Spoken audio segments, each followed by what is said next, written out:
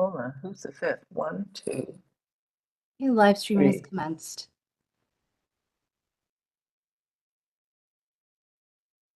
So good afternoon, everyone, and welcome. My name is Farid Amin. I'm the chair of the Toronto Seniors Housing Corporation Board of Directors. Welcome to our meeting. Today is February the 22nd. I wanted to take this opportunity to thank you, for those of you who are joining us online, and also to thank members of the board and also staff from the corporation for joining us and getting us all set up for the agenda. I'll begin the meeting by going through our traditional acknowledgement. So I want to acknowledge that the Toronto Seniors Housing Corporation, that we are on the traditional territory of the many nations, including the Mississaugas of the Credit, the Anishinaabe, the Chippewa, the Haudenosaunee, and the Wendat peoples, and is now home to many diverse First Nations, Inuit, and Métis peoples. We also acknowledge that Toronto is covered by Treaty 13, signed with the Mississaugas of the Credit, and the Williams Treaty, signed by multiple Chippewas and Mississauga bands. And now for the African ancestral acknowledgement, Toronto Seniors Housing Corporation acknowledges all treaty peoples, including those who came here as settlers and migrants, either in this generation or in generations past, and those of us who came here involuntarily, particularly those brought to these lands as a result of the transatlantic slave trade and slavery.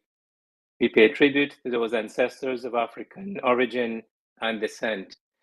And I think I also would be remiss if I don't acknowledge that we are in the final days of Black History Month, and I want to thank the Toronto Seniors Housing Corporation and staff for all the various activities that they have undertaken during Black History Month, and also to thank the City of Toronto for their efforts in this regard.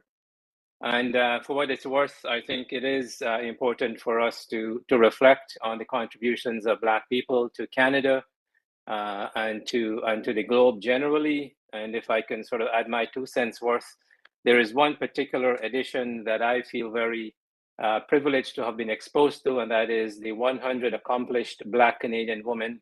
This is a book that is published, it was last published in 2022, will be republished in 2024. So I would like to remind you, if you haven't had your copy or reserved your copy yet, you should. There's lots of very accomplished Black women in Canada and beyond, many of whom are on this call. So I want to acknowledge your contribution.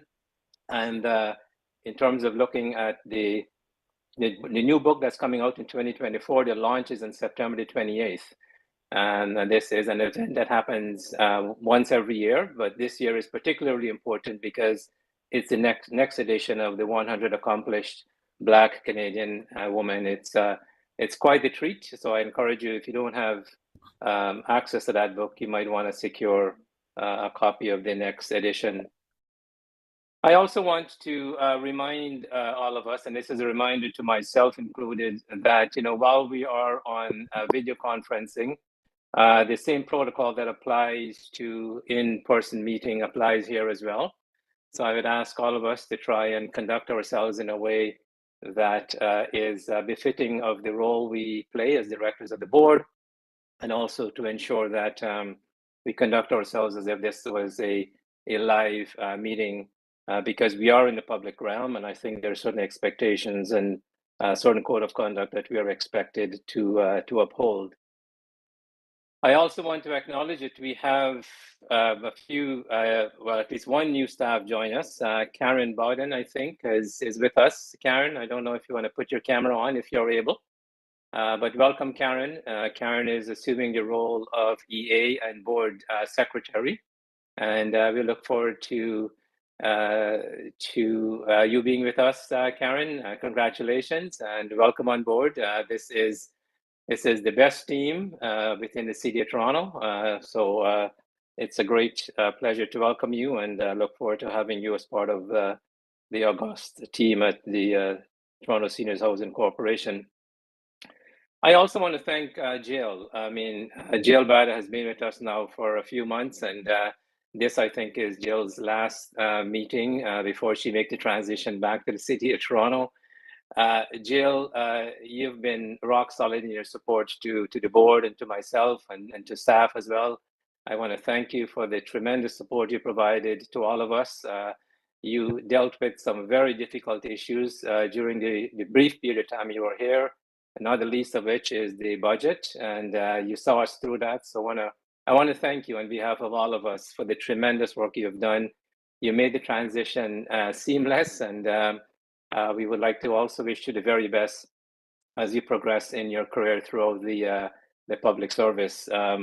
While Tom is coming back, we need to remind him that while he was gone, he's got some big shoes to fill now, and to and to reestablish himself. But we look forward to having Tom back with us. But also, thank you, Jill.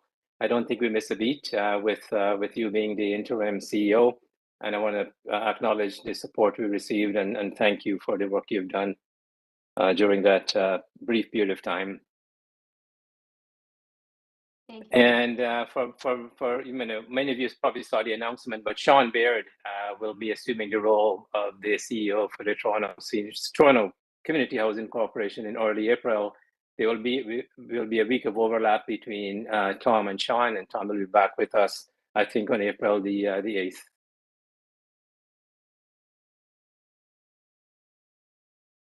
Okay, I think those are all of the items that I had to sort of preface the agenda. So we go to item number 3, which is approval of the public meeting agenda. The agenda was circulated. Are there any amendments to the agenda? Seeing or hearing none, can I get a motion that the public agenda as presented is approved? Thanks. Moved by Brenda, seconded by Councillor Morley. All in favor? That is approved. Move on to item number 4. Are there any conflicts of interest? Seeing or hearing none, if something arises during the course of the conversation, please identify that conflict if it so exists. Item number 5 is approval of the public session board minutes, December 8, 2023. Again, the minutes were included as part of the package. Are there any amendments to the minutes? Okay, Brenda. Just a question. Do I ask now or at the end of the approval of the minutes? After the approval, we can ask All right, as matters thank you. arising. Thanks. Thank you. And can I get a motion to be it resolved that the public session board minutes of December 8th be approved?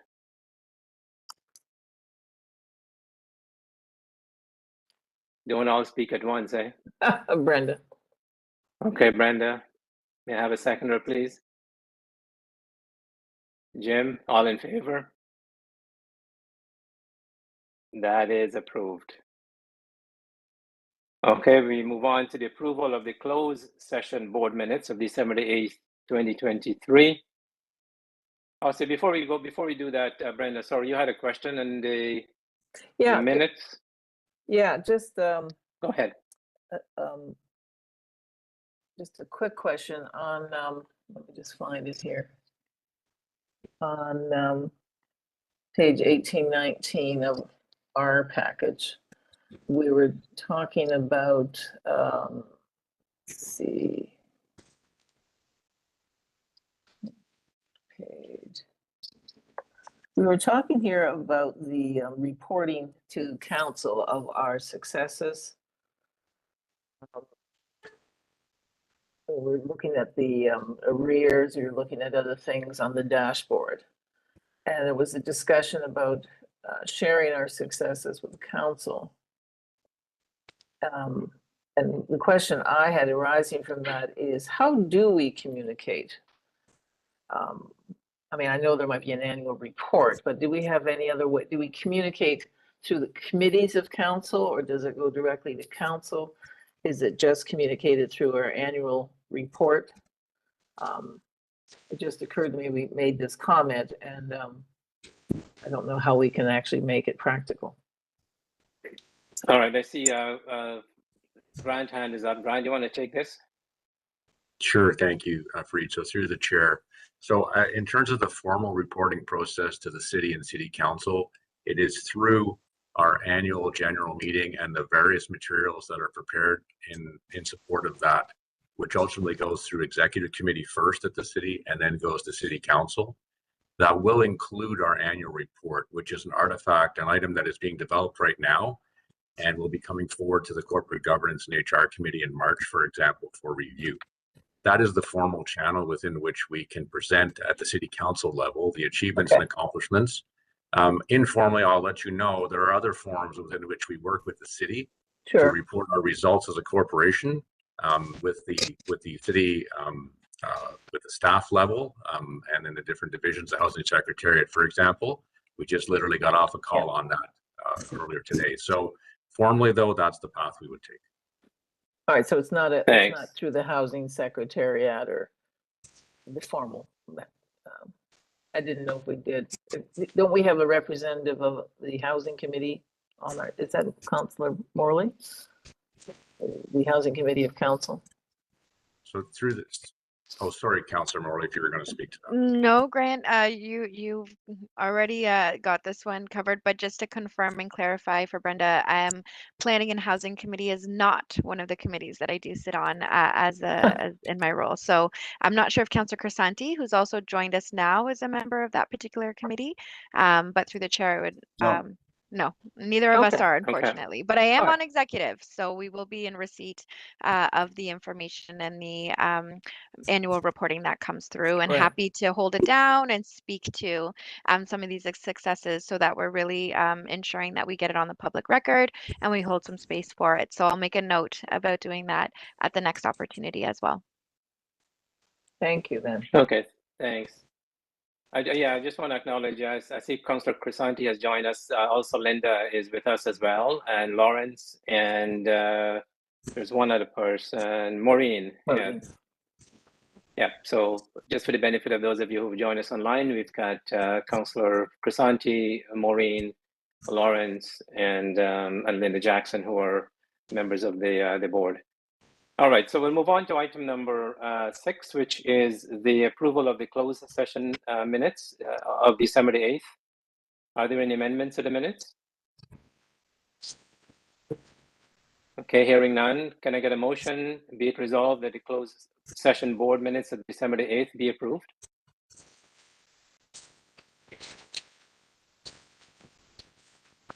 Okay, Councillor Morley, Deputy Mayor Morley, can I get a seconder? Linda, all in favor? That is approved. We'll now move on to item number 7, which is the approval of the public session board minutes of January the 4th, 2024. Are there any amendments to the minutes? Okay, again, hearing or seeing none, may I have a motion, be it resolved that the public session board minutes of January 4th, 2024 be approved?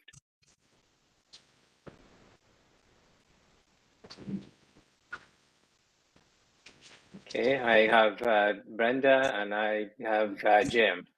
All in favor? That is approved. Okay, moving right along, item number 8, approval of the closed session minutes of January the 4th, 2024. Again, are there any amendments to the minutes? Okay, hearing none. There's a hand up. Motion. I believe there's a hand up by Maureen. Okay, Maureen, go ahead. Sorry. We can't hear you, Maureen. You're on mute. Okay, better? Yeah, we can hear you now. I had trouble getting in today, and I ended up having to sign in as a guest. So I don't know if you can see me waving my hands or anything, but just letting you know that. Yes. Hopefully that won't be problematic. I'm a guest. Thanks, Maureen. Yeah, apparently there was a trouble with many folks getting in because WebEx was doing an update as our meeting was about to start, so there was a bit of a challenge. So thanks, but we do see you and we can hear you, and we know you're here. Thank you. Thank you. All right, so did we approve the closed session minutes? Okay, Not yet. moved by Maureen, seconded by Linda. I'm going to call you out, folks. All in favor? That is approved. All right, so item number 9, matters arising. Action items list.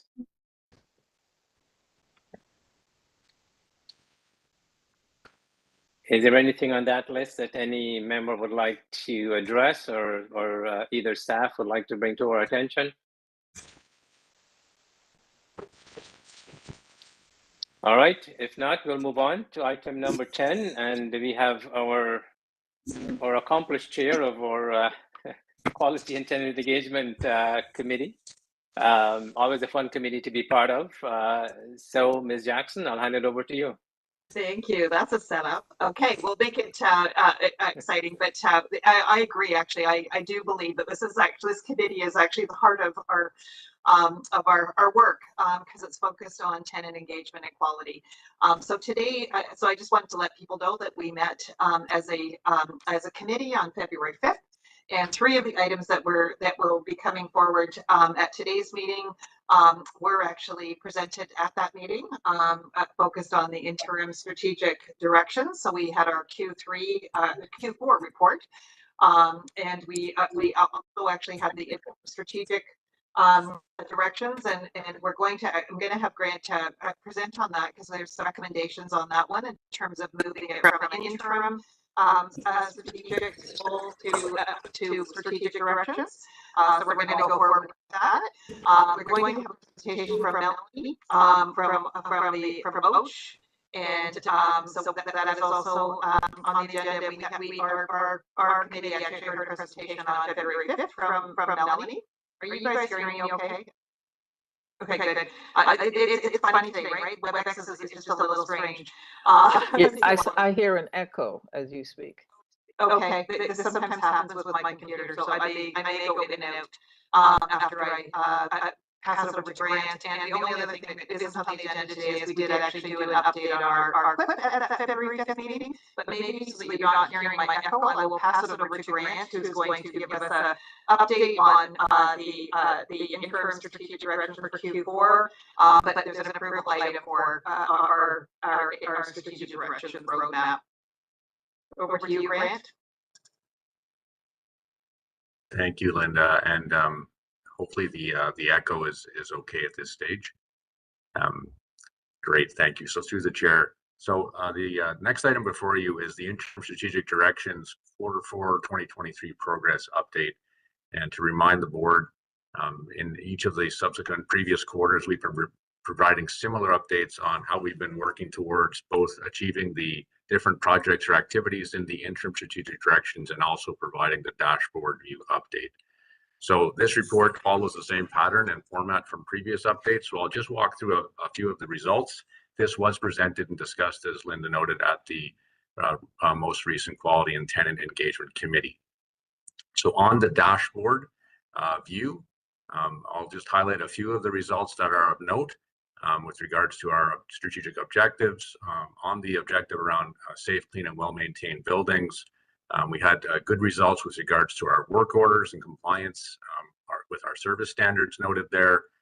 Pest management, we saw 897 units declared pest-free in the Q4, and additional assistance for tenants provided 24 tenants in supportive treatments and preparation of units with Toronto Public Health. The housing occupancy rate at the end of December was at 97.94%, or essentially 98%, which met our target.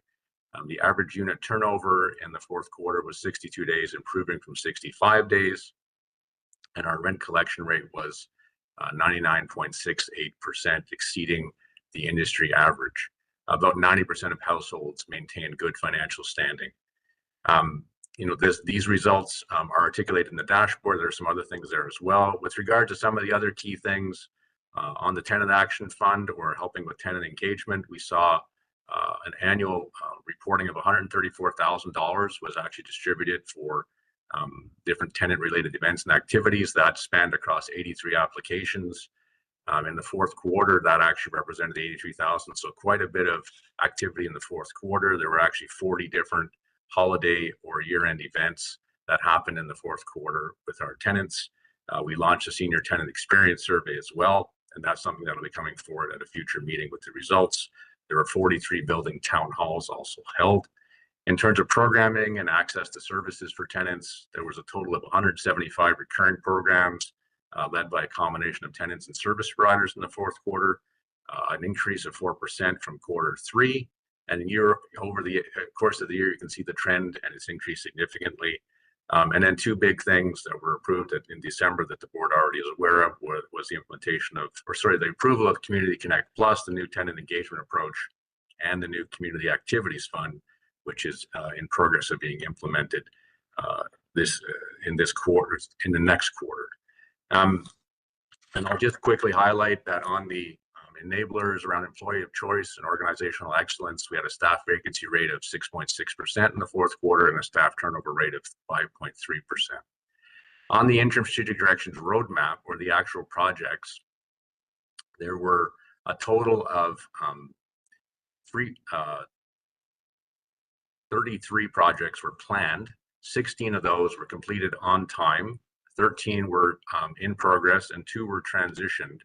Sorry, my apologies. 31 projects were planned. 16 were completed on time. 13 were in progress at the end of the fourth quarter, and 2 were transitioned to ongoing activities. And some of this will be reflected in the next report that I'm going to speak to. And of those 13 projects, 8 have substantially moved forward, and 5 have some new timelines proposed.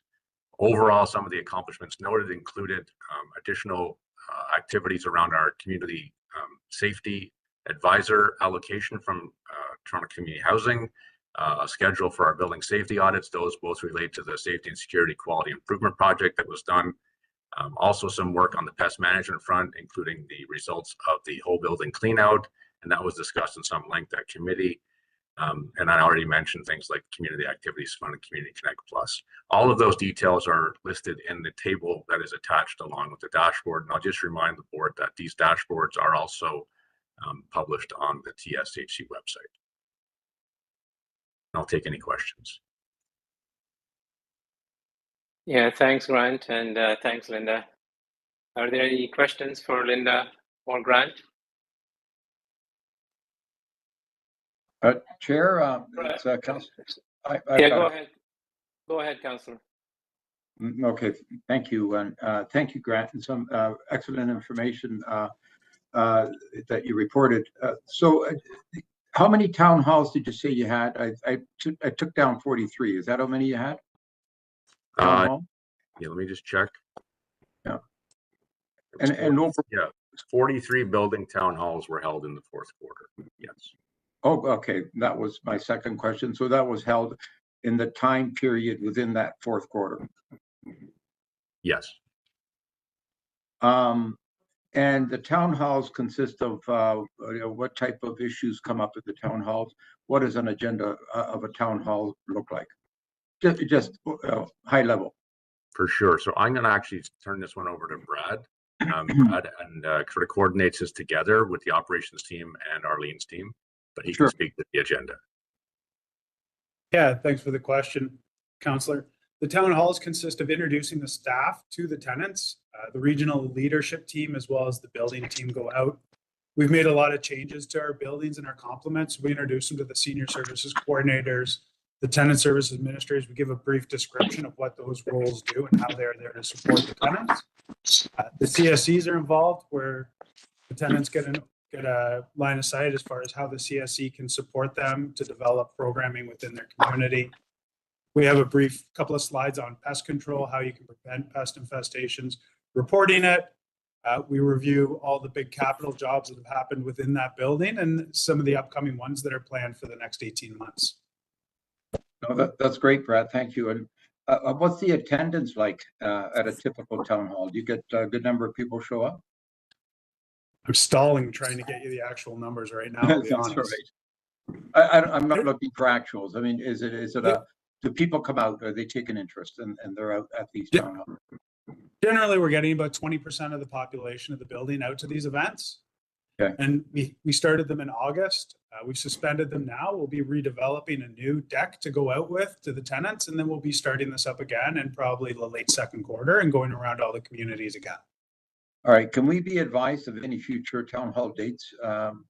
I would love to be able to attend one or two of them, depending on scheduling at my end. Absolutely. Okay, that's great. Thank you, Chair. That's just All right. on that. Thanks, Councillor. Thanks, Brad. Brenda. Hi, one quick one and the other one's a general. On the dashboard, under the enabler employer of choice, okay, you mentioned United Way campaign, and having been a former United Way agency, and I've sat on United Way committees, so I'm a big supporter of this, but is there any possible way, I'm glad to hear that the amount has doubled, but it's still pretty small compared to most workplace campaigns. And a lot of them are focused on automatic deductions and as their contributions. So I'm just suggesting that is something to look at for the future. I mean, a $5 a month or $5 from your paycheck is usually a good strategy, and that would certainly increase the dollar amount. So, and I think it also shows commitment to community efforts, because part of United Way is you're buying into philosophy of United Way. So just one suggestion there. My second comment is about all this wonderful information. And I'm wondering what becomes of this. Do we have like either a research function within the agency? Is there someone who's tasked with kind of providing an overview and of the successes here? I'm asking this because related to my first comments about how we report our successes. That this reeks to me of something that would be worthy of some follow-up ongoing research. You know, some capacity, whether you bring in a student to do it or some, you know, graduate planning students. But I think it's important to capture these things and our successes and changes, and it's something that might be shareable across the housing sector. I mean, look at our arrears.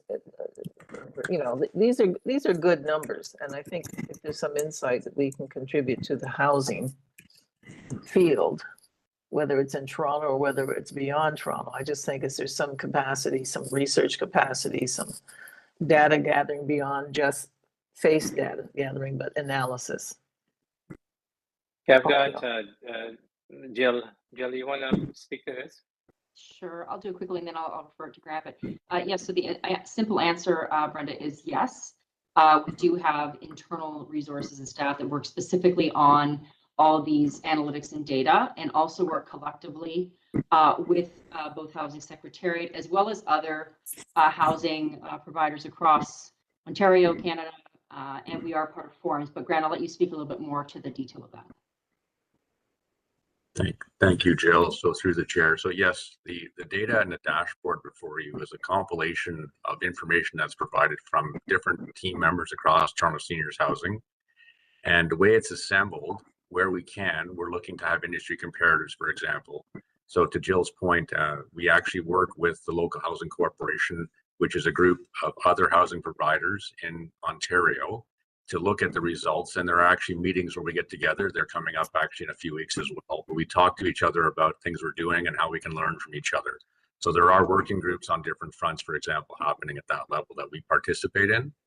And then there are other opportunities that we are looking to support research, and even some of the work and items that are in our strategic directions point us towards those opportunities. So it is something we are working on. We don't have a dedicated research function, but it is something that's part of the work that our strategy and policy team do with some of our other folks and other teams as well.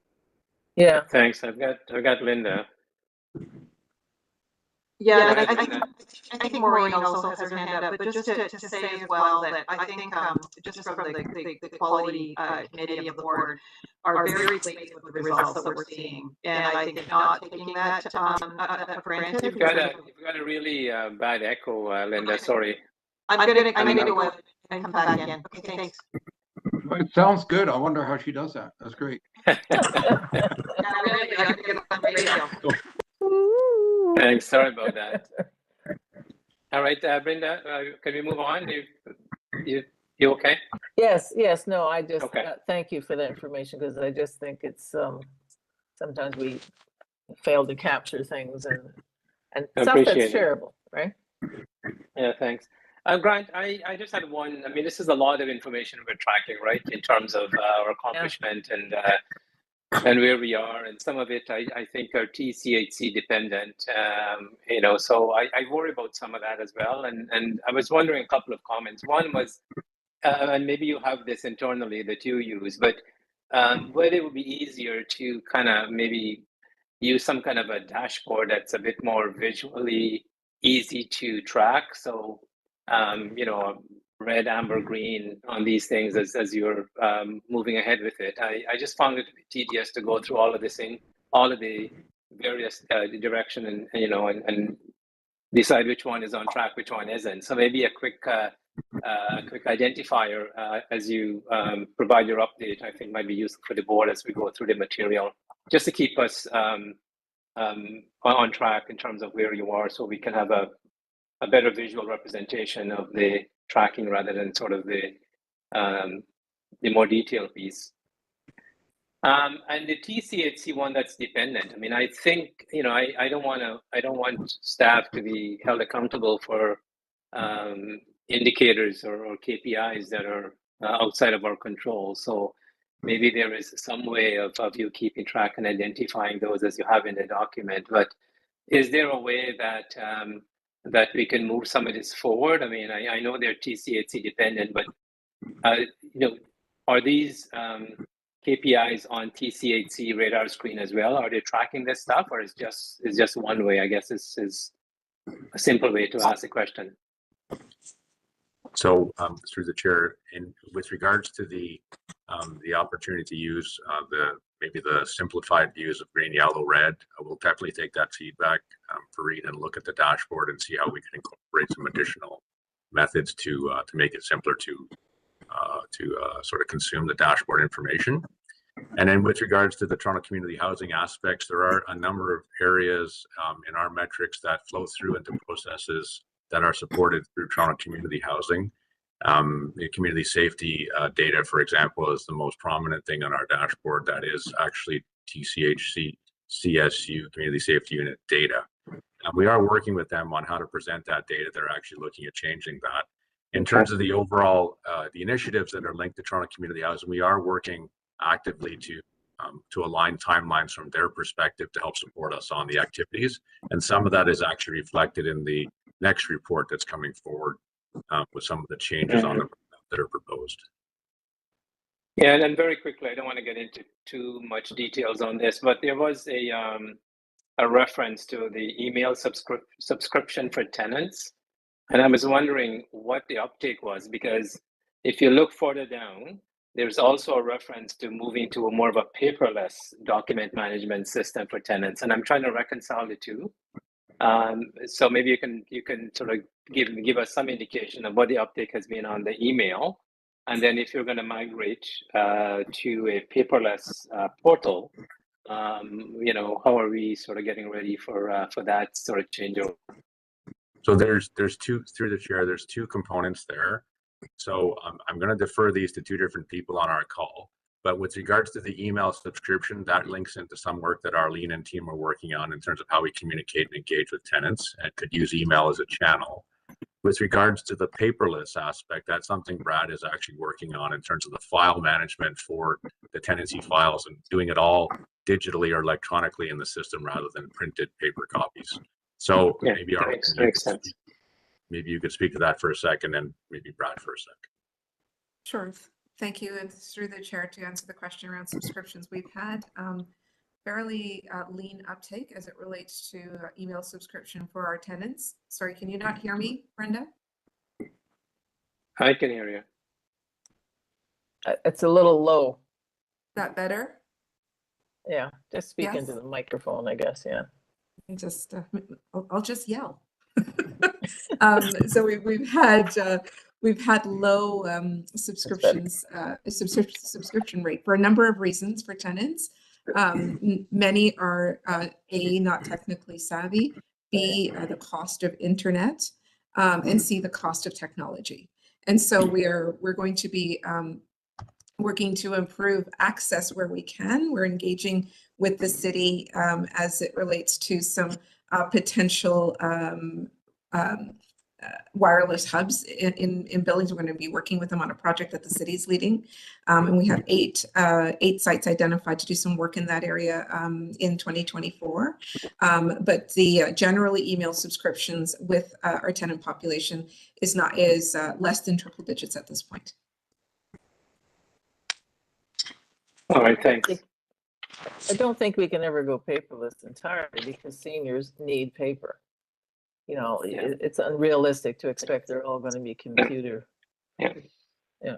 But that was my point, Brenda. Is I just want to understand what is. I suspect the uptake on the email would have been low. So my point is that not too many seniors would necessarily. Some obviously would, but not all of them. Anyway, I don't want to belabor the discussion. Brad, do you want to sort of provide a quick response to that before we move on? Yeah, sure, through the chair. So we're going to look at a paperless tenant file. So tenants will still receive their annual rent reviews. They'll still receive a paper copy of their lease. It's more that when staff receive these documents, we'll return them to the tenant. We won't be taking copies of them. We won't be storing them in large filing cabinets. We'll just be scanning them and uploading them to our SharePoint file within the Yardi and Homes platform. Alrighty, great. Just a flag, Thank Mr. you. Chair. Go ahead. Maureen has her hand up as well. Okay, sorry. Yeah, Maureen, go ahead.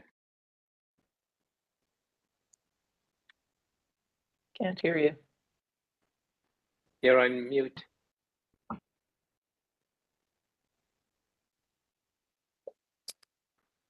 Still muted, Maureen. You're on mute, Maureen. I keep getting unmuted. And okay, how's that? There you go. Okay. That's better. Yep. I don't know if others are seeing the roadmap documents on the screen, but I'm not. So I don't know if that's because I'm a guest or what. It's not up on the screen, Maureen. Okay. Well, I do have a couple of questions then. If I'm looking at the roadmap, it would be page 37 and 38 of our package, page 2 and 3 of what I assume is the roadmap. I just want to, I'll start on page 37. On the first line, it's under the action. It lists reviewing the policies, e.g. tenant action funds and use of space. I just want to draw to note here, I think it was July of 2021 that the board passed the TSHC policies on the condition that they be interim. Yeah. The first one that was to be looked at was the use of space policy. And for some reason, the tenant action funds got moved in front of that. So it's been, I don't know if it's 21 or 20, but it's been a very long time. And I know that a lot of work was done. There were a lot of staff meetings held. We had an outside consultant and all kinds of information was brought forward. So I'm wondering why that isn't something that we're immediately looking at, because it's already very much delayed. And you don't have to answer me yet, because I have more. On that same first line on page 37 in the highlights, it says, working with tenants, we will introduce tenant circles / roundtables across all buildings.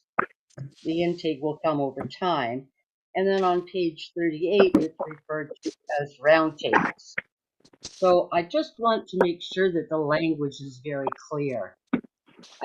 These building meetings that are taking place right now are supposed to be providing a brief introduction to the tenant circles and the Community Connect Plus approach.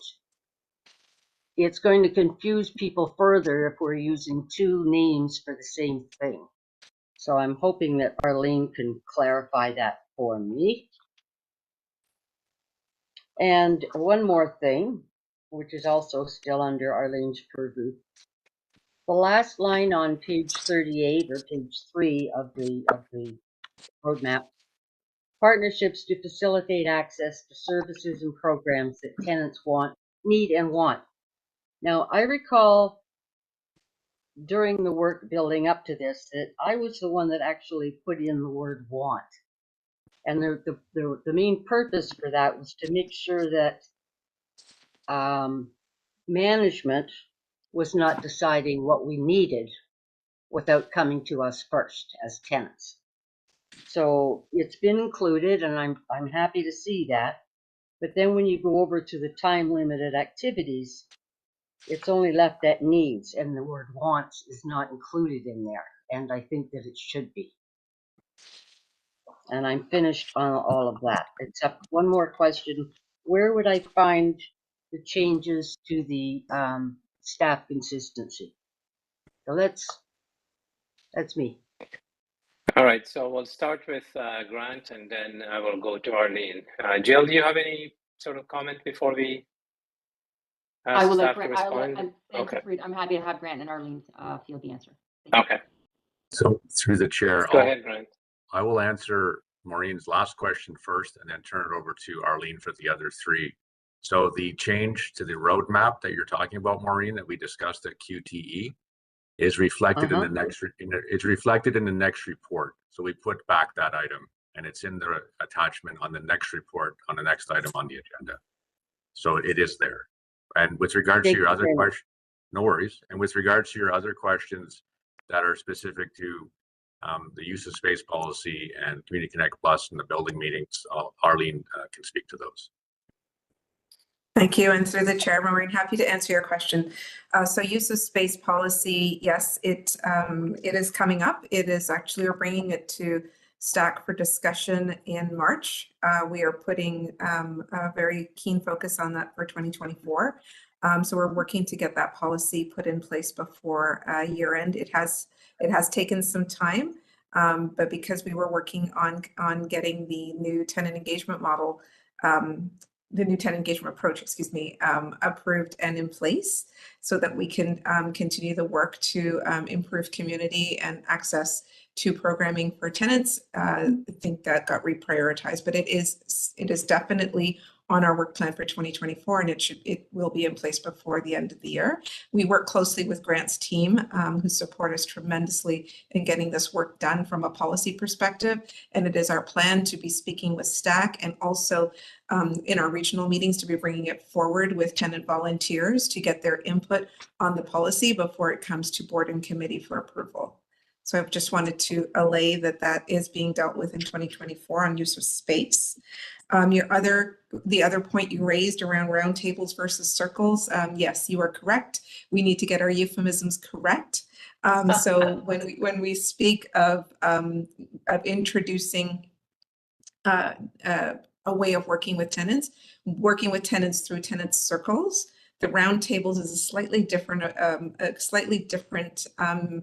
approach where according to how it's currently in use in some buildings, they're involving partners, community partners in the conversation. The tenant circles, we're trying first to get tenants to work on working together and then expanding those into roundtables when they're comfortable to do so. So thank you. We do need to address that in the document and we can take that back for action. And then your other piece around adding in programs that tenants want and need, we will be sure to amend that appropriately to include both those pieces. As you may recall, the purpose of our annual building meetings that are underway currently, and we're more than halfway through, is to talk with tenants about what it is that they want and need. And they're helping to identify the programs that they want to see happening in their communities. And we also have information coming out of the town halls from last year that Brad's team led, that the community service coordinators provided support to. We also have some information from that around what tenants want and need. And so we're going to take all of that back and look at how do we partner with agencies and service providers to be able to bring in the programs that tenants are identifying that are important to them. So we're not building in isolation. We definitely are building with tenants, not to tenants. Thanks, Grant. Thanks, Arlene, and thanks, Maureen. Back on mute. No, we can hear you. Okay, thanks. Maureen, are you good? Just one last thing. I just wanted to let Arlene know I'm fully aware that you're doing the great work of asking tenants what it is they want and need. I just wanted it clarified in the document. But yeah, I Thank know you. you're asking. Thanks. Thanks. And I know, Linda, you had exited. Is there anything that you want to add based on this discussion or the previous discussion? No, I think it's really important work, and thank you for the comments, Maureen. And I think we have to get the wording right and the consistency, but I think we are making some progress, and I would recommend that we move ahead with the roadmap changes. Right. Thanks. And your sound is much better. My whole computer shut down and restarted, so good. All right. So Grant, is there anything else you want to say on item 10B, the strategic directions roadmap? You're on mute. First time on video conferencing, right? Thank you. Thank you. My apologies. Thanks for so through the chair, I'll just add that on the second report, our roadmap update, we are seeking approval of the board to incorporate essentially some changes to the roadmap. So we looked at and did an assessment of the roadmap based on our 2023 experience and where we are. So of the 50 projects that were planned for 2023, 35 were completed. And some of those we just talked about in the Q4 update progress piece. But we also looked across the entire roadmap from top to bottom. And that was set through the interim strategic directions that were approved at board back in April of last year. When we assess those from different perspectives of, having more and new information. So for example, now we have line of sight to things like the next steps for Community Connect Plus, different things were put into the roadmap for this year and going forward. We also looked at our capacity and resources to complete some of these. Some of these now we had to shift some of the timeline. So the new roadmap before you has a number of adjustments for the roughly 140 time-limited projects that are there, including a number of new items and a number of items with some adjusted timelines. The proposal before you today is for the board to approve the updated roadmap. We are not changing anything on the overall from the interim strategic directions in terms of the vision or the values or the actual strategic objectives, the enablers, the initiatives. All that remains in place as was approved through board. This is really the most detailed layer of that picture, which is the specific time-limited projects. When we had this discussion at Quality and Tenant Engagement Committee, there was support at that committee to bring this forward for board approval of the updated roadmap, with the one change that we did put back in that Maureen asked about with regards to maintaining staffing in buildings. I don't have the exact language, but I know it's back. And the other thing is to remove the word interim, because we've now really moved beyond the 18-month original timeline, and it goes into 2025. So they would be called the 2023-2025 strategic directions. Yeah, thanks, Grant. And yeah, indeed, there was quite a bit of a good, healthy conversation at the Quality and Tenant Engagement Committee. Brenda, I see your hand is up. Yes. Can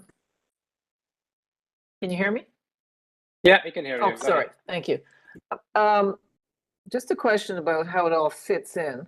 We have our strategic directions roadmap based on what was our interim strategic direction proposal.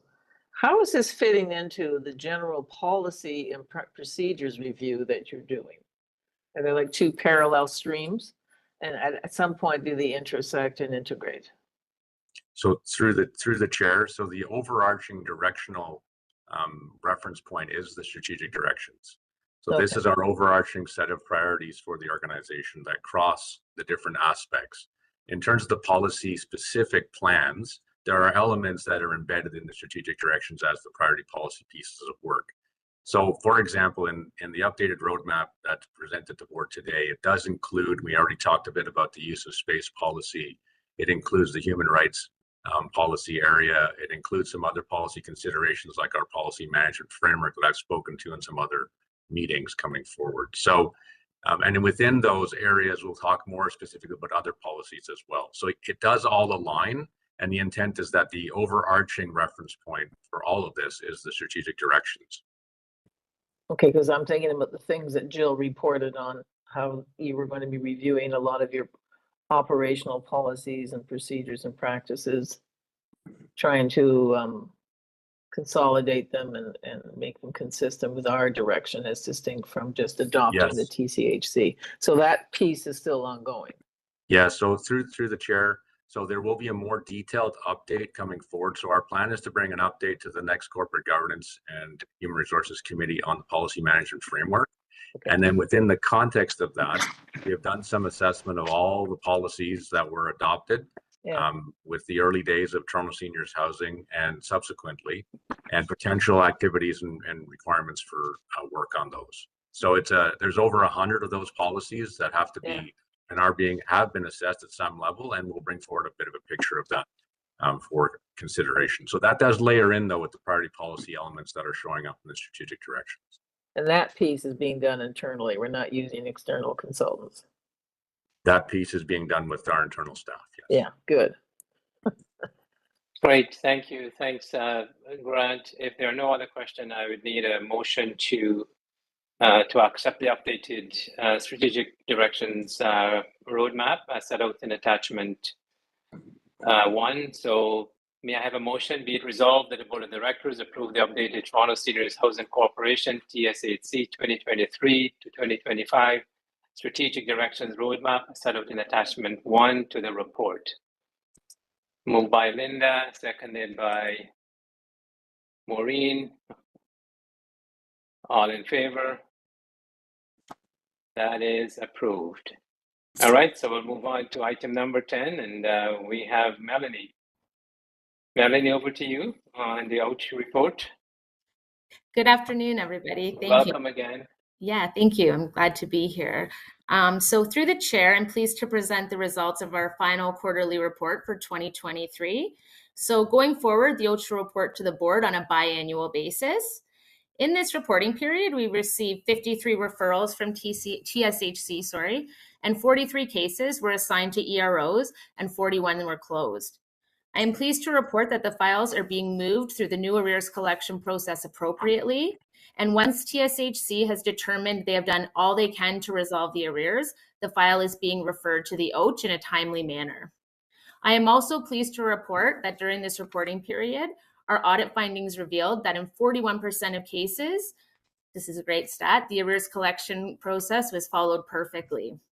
Additionally, of the cases where there were audit findings, the trend continues to improve with fewer cases with late N4s or late direct contacts. In 2023, the OUCH endeavored to compile feedback from tenants who breached their OUCH brokered repayment agreements or who breached a TSHC brokered repayment agreement before the file was referred to the OUCH. So the results of our tenant surveys are included in my report with the corresponding recommendations. So in conclusion, I just want to add that the OUCH and TSHC are working collaboratively together on behalf of tenants in arrears, and I'm hopeful that 2024 will provide me the opportunity to report on even greater successes. So thank you. Thanks, Melanie, and our ongoing thanks and support for all the good work you're doing. So I'm going to open it up for any questions. Okay. Seeing none. Good, thank you. All right, thank you. No question is a testimony to the great work you're doing, so appreciate it. Thanks. Thank you. All righty, so we'll move to item number 11, which is our Audit, Finance and Risk Committee report. I'll hand you over to the chair of that committee, Mr. D'Souza. Lawrence. Thank you, Mr. Chair. The Audit, Finance and Risk Committee met on 31st January and reviewed the 2024 work plan for the AFR committee, 2024 combined budget, along with the notes that was proposed by the staff and later approved, and a joint briefing by TCHC and TSHC to the city's budget committee on January 17th. The committee also reviewed the following 3 policies and recommended them for approval by the board: delegation of authority policy, procurement method and delegation of authority policy, and capital expense policy. Vince will be presenting them next. That concludes my report. Back to you, Mr. Chair.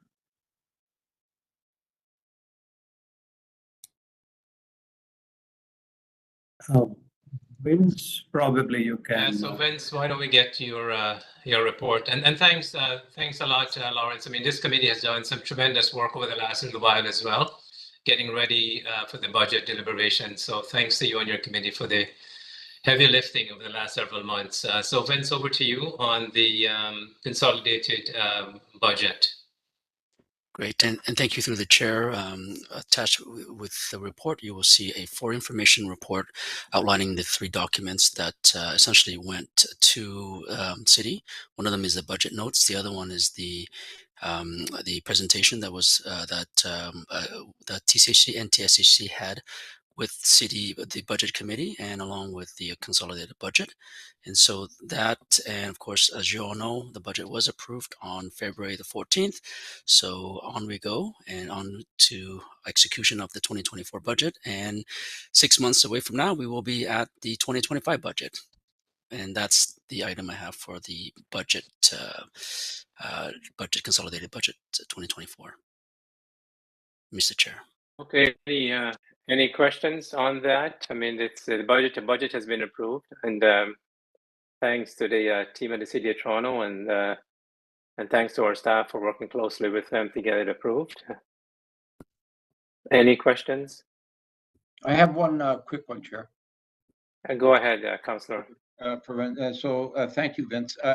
Just looking at the revenue development part of it, it says here 16% on page 15 of the report. What is the revenue development made up of, and where does that revenue come from?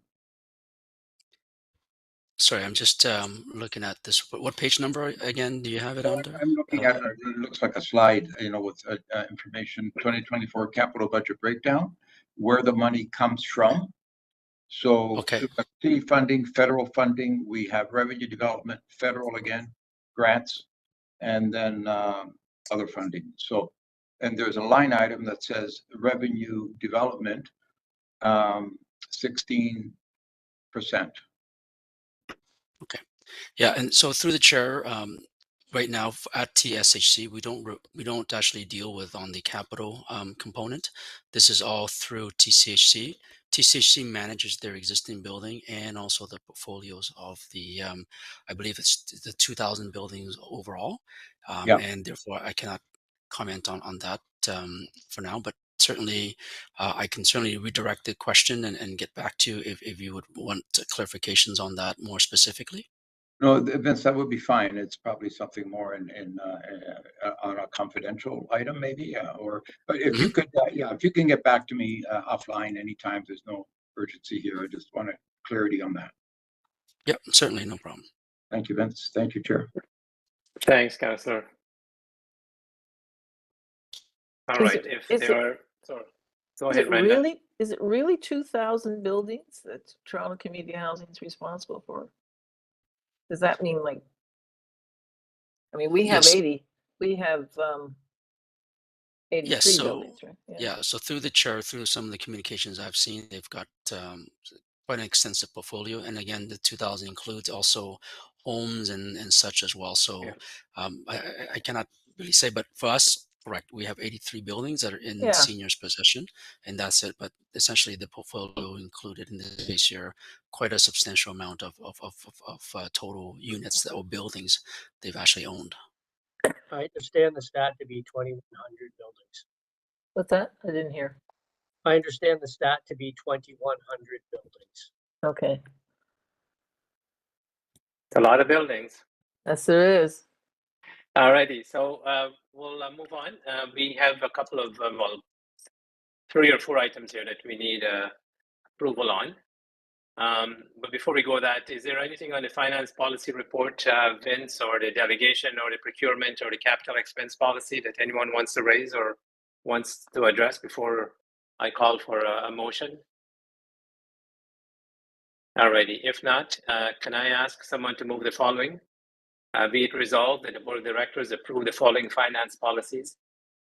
A, delegation of authority policy as set out in attachment A, and the procurement of delegation of authority policy set out in attachment B, and the capital expense policy set out in attachment 3.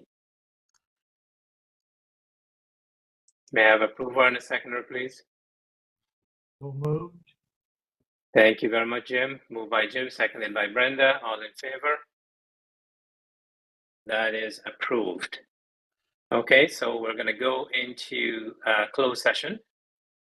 So may I ask someone to move the following motion? Be it resolved that the board close part of the meeting to the public to give consideration to a report containing personal matters about an identifiable individual.